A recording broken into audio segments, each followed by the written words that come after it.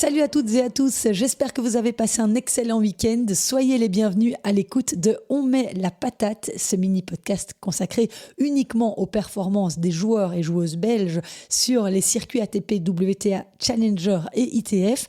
Alors que nous sommes à mi-chemin du tournoi d'Indian Wells dans le désert californien où seule Elise Mertens est encore en course, d'autres ont brillé sur les circuits secondaires, notamment Hanne van de Winkel qui vient de remporter son 3e titre consécutif sur le circuit ITF et qui se rapproche du top 100. Je vous rappelle que ces numéros vous sont proposés en collaboration avec la page Facebook et Instagram Le Tennis Belge au quotidien. Alors comme je vous le disais, cette semaine, les projecteurs sont tournés vers le prestigieux tournoi ATP et WTA 1000 d'Indian Wells, premier grand rendez-vous du mois de mars sur le circuit pro. Chez les messieurs, le tournoi des qualifs ne s'est pas très bien déroulé pour nos deux joueurs belges, Alexander Blokh et David Goffin. Alexander Blokh, 97e mondial, s'est incliné sèchement dès son entrée en lice face à l'Espagnol Landalus, 155e mondial, battu en 2 manches, 6-0, 6-2. Un petit coup d'arrêt pour le jeune Belge qui restait pourtant sur plusieurs bonnes prestations ces dernières semaines. Blokh aura toutefois rapidement l'occasion de rebondir puisqu'il est au Challenger 175 de Cap Cana cette semaine en République dominicaine. Il jouera mardi le joueur local Roberto Cid Subervi qui est classé à la 435e place à l'ATP. David Goffin n'a pas non plus réussi à tirer son épingle du jeu dans ses qualifs d'Indian Wells, éliminé lui aussi au premier tour face au joueur taïwanais Chun Sing Tseng, 144e mondial, sur le score de 6-4, 6-1. Toujours en quête de repères depuis son retour de blessure, David Goffin attend encore sa première victoire sur le circuit en 2026.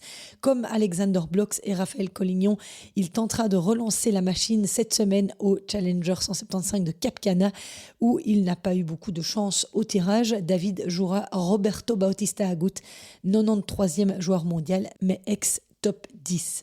Dans le tableau principal d'Indian Wells, à présent, Zizou Bergs, 47e à l'ATP, a signé une entrée en matière convaincante en dominant l'Allemand Jan-Lennard Struff sur le score de 6-3, 6-4. C'était au premier tour. L'Allemand est classé 80e mondial. Zizou n'a cependant pas su poursuivre sur sa lancée au tour suivant où il est tombé face à l'Américain Tommy Paul, 24e mondial. Très solide vainqueur, 6-1, 6-2. Zizou a évoqué des conditions météo difficiles à gérer. Il se projette désormais vers le Challenger 175 de Phoenix cette semaine. En ce qui concerne Raphaël Collignon, il s'agissait du premier match de sa carrière dans un Masters 1000. Et évidemment, à ce niveau-là, il n'y a pas de rencontre facile. Le Liégeois, aujourd'hui classé à la 77e place mondiale, s'est incliné dès le premier tour, mais avec les honneurs face à la sensation brésilienne Joao Fonseca, 19 ans, déjà 35e mondial. Le match a été très disputé, défaite 7-6, 6-4. Raphaël Collignon s'est montré accrocheur, notamment dans une première manche très serrée, mais il n'est pas parvenu à faire basculer la rencontre face à un adversaire très solide dans les moments importants. Le Belge tentera de rebondir cette semaine au Challenger 175 de Cap Cana en République dominicaine pour engranger du rythme et des points au classement. Son premier match est prévu mardi face au Chilien Thomas Barrios Vera, 115e à l'ATP. Du côté féminin, cette fois, Elise Mertens était la seule représentante dans le tableau final d'Indian Wells. Exemptée de premier tour grâce à son statut de tête de série, la 21e mondiale a parfaitement lancé son tournoi au 2e tour. Elle a dominé très nettement l'Espagnol Buxa, 31e mondiale, sur le score sans appel de 6-2, 6-1. Une performance solide pour la Limbourgeoise face à une adversaire pourtant en pleine confiance. Elle vient de remporter le WTA 500 de Mérida au Mexique. Au 3e tour, Elise Mertens devra élever encore un petit peu son niveau de jeu puisqu'elle affrontera la Suissesse Belinda Bencic qui est actuellement classée à la 12e place mondiale. Ce duel s'annonce donc encore plus relevé. Et Elise Mertens disputait également le double dans ce tournoi d'Indian Wells. Elle était associée à la chinoise Zhang Shuai. La paire s'est malheureusement inclinée dès le premier tour au terme d'un match serré conclu au super tie-break face au duo composé de Mira Andreeva et Victoria Mboko. Défaite cruelle pour la paire Mertens-Zhang puisqu'elles se sont inclinées 18 dans ce super tie-break. Sur le circuit Challenger, plusieurs Belges étaient également en action cette semaine avec des fortunes diverses. Au Challenger de Thionville, en France, Gilles Arnaud Bailly a été éliminé dès le premier tour après une bataille en 3-7 face au Français Pierre Hugerbert, ancien spécialiste du double mais toujours redoutable sur le circuit. Du côté du Challenger 50 d'Ersonissos en Grèce, Michael Geerts a atteint le deuxième tour avant de s'incliner. Michael Geerts qui a été victime la semaine dernière d'épouvantables menaces par des parieurs sur ses réseaux sociaux. Suite à sa défaite, ces abjects personnages ont dit vouloir s'en prendre à son papa et à sa petite amie en lui envoyant des photos d'armes à feu.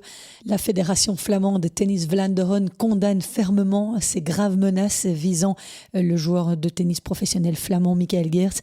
Nous tenons à lui exprimer tout notre soutien et notre solidarité. Ce type d'intimidation est totalement inacceptable et fait obstacle à ce que devrait être le sport.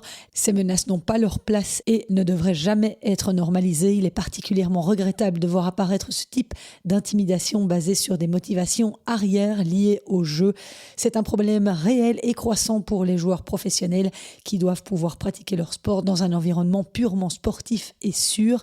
Tennis Vlaanderen prend cette question très au sérieux et coopère activement avec les autorités pour s'attaquer à de telles pratiques. Nous prenons d'autres mesures et travaillons avec les fédérations internationales de tennis et d'autres partenaires pour résoudre et arrêter de tels abus. C'est vraiment effrayant de voir ce que les joueurs doivent parfois endurer et apparemment c'est vraiment quelque chose qui arrive tout le temps. Donc voilà, on pense bien fort à Michael Geerts, très charmant joueur et on espère que les auteurs de ces faits seront punis. Toujours au Challenger d'Ersonissos, Bouvezar Gadamouri a réussi à sortir des qualifications avant de voir son parcours s'arrêter au deuxième tour du tableau final. Enfin, Jack Loger n'a pas réussi, lui, à franchir l'obstacle des qualifications. Il s'est incliné au deuxième tour. Et dans ce tournoi Challenger 50 de Ersonissos, Kimmer Coppejans a remporté le titre en double aux côtés de l'Italien Jacopo Berrettini, le petit frère de Matteo Berrettini. Il s'agit du premier titre Challenger en double pour le Belge, le deuxième trophée de sa carrière dans la discipline. Son précédent sacre remontait à 2013 lors d'un tournoi ITF disputé en Belgique. Sur le circuit féminin ITF, on notera la superbe performance d'Anne van de Winkel.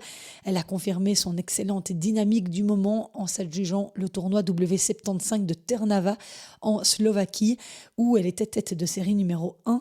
Un troisième titre consécutif décroché avec autorité et 15 victoires consécutives pour Anne van de Winkel. Impressionnante tout au long de la semaine, elle n'a concédé aucun set durant le tournoi et confirme sa très grande forme actuelle. Grâce à ce nouveau trophée, Van de Winkel se rapproche encore un peu plus du top 100 mondial. Elle pointe désormais à la 103e place au classement live. Et dans ce même tournoi de Trnava, Grete Minen a été éliminée au deuxième tour par l'Italienne Camilla Rosatello.